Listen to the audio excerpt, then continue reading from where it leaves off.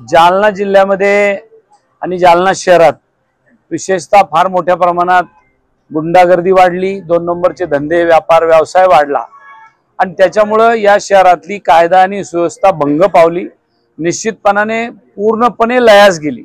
अशा परिस्थितीमध्ये व्यापारी, उद्योजक, शेतकरी, शेतमजूर कोणीही या ठिकाणी अशा परिस्थितीमध्ये राहतंय, आपल्या जीव मुठीत घेऊन राहण्याची परिस्थिती या भागातल्या नागरिकांच्यावर आहे।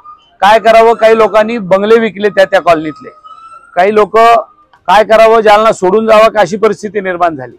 व्यापाऱ्यांनी सुद्धा काल दिवाळीच्या स्नेहमिलनामध्ये भीती आणि दहशतीच्या वातावरणामध्ये आम्ही राहतोय, आपण याच्यासाठी काहीतरी करा।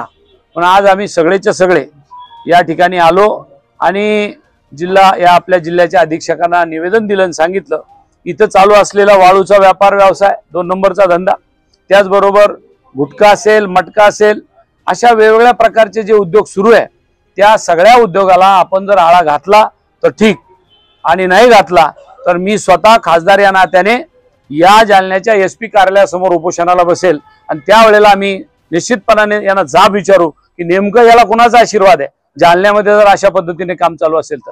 आणि म्हणून आज अर्जुन भाऊ खोतकर माजी मंत्री, या शहराचे नेतृत्व करणारे आमदार आहे, त्याचबरोबर राजेश भैया टोपे माजी पालकमंत्री आहे, विनीत साहनी जी व्यापारी प्रतिनिधी त्या संघटनेचे अध्यक्ष आहे, भास्कररावजी आंबेकर शिवसेनेचे जिल्हा प्रमुख आहे, माजी आमदार सांबरे साहेब आहे, सगळ्याच पक्षाचे प्रमुख पदाधिकारी या ठिकाणी आहे आणि सगळ्यांनी मिळून हे निवेदन द्यायचं ठरवलंय।